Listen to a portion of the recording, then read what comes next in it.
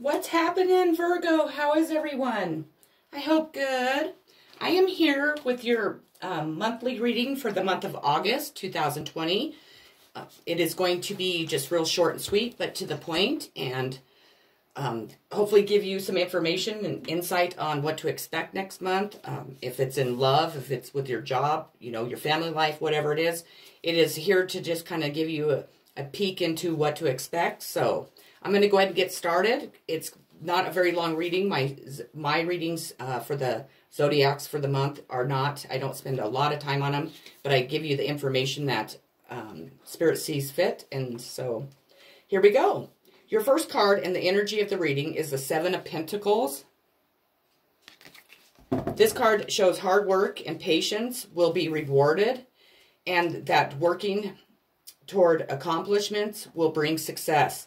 You should receive good news concerning your financial position, and all forms of financial applications or sales will definitely go in your favor. Even though this is a card that's, a good card that, brings good things to you, don't forget to plan for your future, because that's what I'm kind of getting from it. Once you harvest what you're trying to get, it must be replenished each time, for the next time and the next time. So just know that you need to make sure that you save some money. You don't go hog wild if you get a raise, or if you happen to get, like, say, an inheritance or something. Just always plan for your future too, in between all of the other stuff. So I asked Spirit to tell us which zodiac sign should we avoid during the month of, or, Virgos should avoid during the month of August. And you received the Scorpio card, the animal. So you need to try, if you have a Scorpio in your life, try to avoid them for the month of August, if you can. It stands for transformation, intense, passionate, secretive, obsessive, intimate, primal, lusty, deep, eternal, resourceful, mysterious, compulsive, destructive, and manipulative. So for the month of August, if you have a Scorpio in your life, or if you happen to meet one, just try to avoid them if you can. Your next card is the Queen of Earth.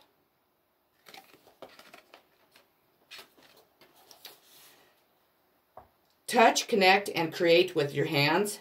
Be supportive and nurturing. Seek out a motherly role model.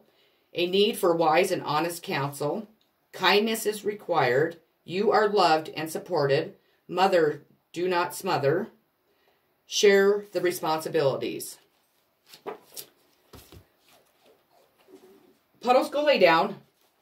Your next card is awaiting results. So you must be awaiting something. You put much energy into creating and attracting the relationships you desire and are eager to see positive results. Patience is needed, however.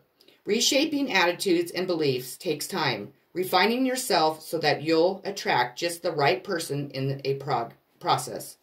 If you find yourself becoming frustrated at the apparent lack of visible change, step back and focus on something other than your relationships for a while. When you are feeling more detached, you'll be in a better position to notice any improvements. If you've invested enough time, then take a moment to evaluate your progress. Are your efforts bearing fruit? Are you seeing the desired changes in your interactions with people? If yes, excellent. Carry on. If not, it may be time to shift your approach. Look for alternative strategies to effect the change you desire. What works with one person may not work for another. When working on yourself, be sure that you're being true to who you are and not simply following society's formula for relationships. You have success and growth. This card pretty much says it all. It seems like you are trying to work on yourself, trying to change a lot about yourself, maybe trying to attract new people into your life, and, with all these changes, and maybe meet somebody different. It's telling you that you are going to have that success in that area, and it's going to help you grow to become more successful and to have more growth in your life. So Your next card is partnership and alliances, which, again, it's regarding a partnership. The meaning of this card denotes that you are now starting to see the fruits of your labor take seed and blossom. So you start to where you're kind of impatient, but, you know, maybe towards the middle of the month, it's starting to blossom. But watch out for synchronicities, which could bring opportunities to form connections or unexpected alliances that may create something new. These could assist you in gathering resources for future projects. With all partnerships, always remember that there has to be an even exchange of energy. If you give too much, whereas your partner gives too little, it will leave you feeling energetically drained and cause potential disharmony in the union. There must be overall balance within the alliance in order for it to work and blend together for optimum results. This card reminds you that success comes in many forms, even from the most unlikely sources. Have an open mind when listening to others. You have spiritual strength, which I love this card. It's freaking amazing. This card is coming forth to give you encouragement and remind you that you have the inner strength to complete whatever you've been working on. This final spirit card represents courage, discipline, stability, and persistence. You may be tired or weary from the struggle, but now it is not the time to give in. Instead, tap into all of your inner reserves for that one final push to achieve the desired outcome. You have been through so much to get to this point, and even though you may have acquired some scars from the battle, you are wiser and stronger for it. The enlightenment you have gained will be an invaluable resource. You may also notice that you are experimenting with different things in your life at this time. All of these experiences feed your spirit and offer you knowledge for your future. And Virgo, your outcome is going to be the moon, which represents a Cancer. So I just want to throw that in there. The moon represents illusions, possible deceptions, and feelings of uncertainty. Emotions are highly charged, like a pendulum swinging back and forth.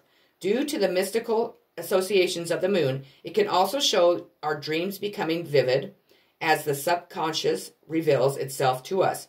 Feelings of intuition and gut instincts are heightened. When this card present, it also warns that it's important not to jump to conclusions, for the light of the moon can create illusions, shapes in the shadows that are not what they seem. There is usually far more to a situation than first meets the eye, and it would be wise to be watchful, but not to act in haste, taking time until the situation has revealed itself clearly. So don't jump to conclusions. This is a card of secrecy. It does represent secrets, so just know that. Be very wary of what people are telling you about a person, about a situation. Don't just jump to the conclusion that it's correct, because more than likely there's a lot more to it. So be very wary of that. Otherwise, it was a great reading, and you can't, I don't know, it sounds like you are definitely working on yourself and wanting maybe a new life. Some of us need that, So I hope that it resonated with you. I hope that, it gave you some insight on what to expect next month, and I hope you enjoyed it. If you haven't already liked if you haven't subscribed to my channel, please do so, because I'm trying to reach 100. I'm almost there, and to those that are already subscribed to my channel, I appreciate you so very much, and I'm sending so much love to each and every one of you, if you are new here or not. I'm sending much healing vibes towards you, and, of course, peace. Take care, enjoy your weekend, and I'll talk to you soon.